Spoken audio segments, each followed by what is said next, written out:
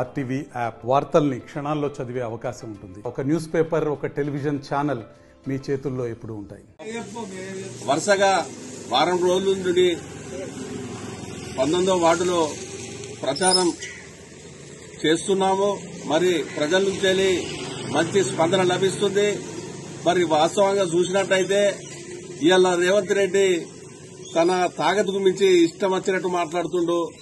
ఒక సీఎం ఏ విధంగా మాట్లాడాలో కోట్లాది మంది ప్రజలకు ఆదర్శంగా ఉండే ఒక ముఖ్యమంత్రి గారి భాష చూస్తుంటే అధ్వాన్నంగా ఉన్నది.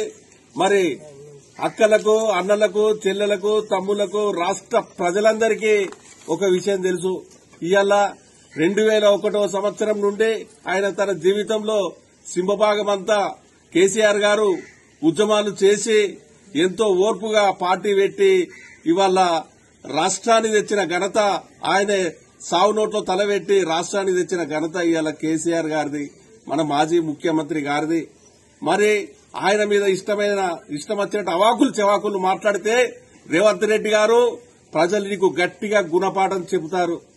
మరి నిజంగా చూసినట్టుంటే ఇవాళ ఒక ఎవరైనా వాదికస్తులైనా లేకపోతే గర్భిణీ స్త్రీలు హాస్పిటల్కి అయినంటే ఒకప్పుడు కేసీఆర్ కిట్ వచ్చేది. మరి నిజంగా చెప్పాలంటే బీడీలు చేస్తున్న చెల్లెమ్మలకు, అక్క చెల్లెళ్లకు రోగాల బారిన పడుతున్నారు, బీడీలు చేయలేకపోతున్నారు. మరి ఆ బీడీలు అనేది ఫ్యూచర్ లో అవి ఉంటే ఉపాధి కోల్పోయి రోడ్డున పడిపోతారన్న దానితోటి ఇలా వందలాది కోట్లాది మందికి ఇలా బీడీ పెన్షన్ పుట్టింది. వృద్ధులకు చేయూతనిస్తూ వాళ్ళు మా పెద్ద కొడుకు ఇస్తున్నట్టు పెన్షన్ వాళ్లకు ఎంత ధైర్యం అండి. 2000 రూపాయలు పెన్షన్ స్టార్ట్ చేసిన ఘనత ఆయనది.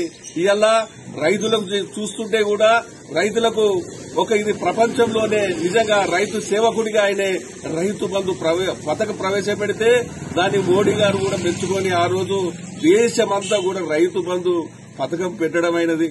మరి అలాంటి ముఖ్యమంత్రి ఏదో అధికారం కోల్పోవచ్చు, 10 సంవత్సరాలు అధికారం ఆయన నడిపిన ప్రభుత్వాన్ని, రాష్ట్ర ప్రభుత్వాన్ని, నిధులు లేని రాష్ట్ర ప్రభుత్వాన్ని సక్రమంగా అగ్రభాగాన నిలిపినట్టు గనుడు మన ముఖ్యమంత్రి, అప్పటి ముఖ్యమంత్రి కేసీఆర్ గారు. అలాంటి మరి ఒక తెలంగాణ సస్యశ్యామలం తీసుకొచ్చి ఇవాళ మా దుబ్బాక ప్రాంతం అంతా ప్రజలు హర్షధ్వానాలు వ్యక్తం చేస్తున్నారు. మరి కాలువల ద్వారా ఇవాళ భూగర్భంలో ఇంత వేడిలో కూడా తక్కువ ఆ బోరు వేస్తే కూడా పడే విధంగా ఇవాళ నీరు ఉన్నది అంటే అది కేసీఆర్ ఘనత కాదని చెప్పేసి మేము ప్రజల పక్షాన ప్రశ్నిస్తున్నాం.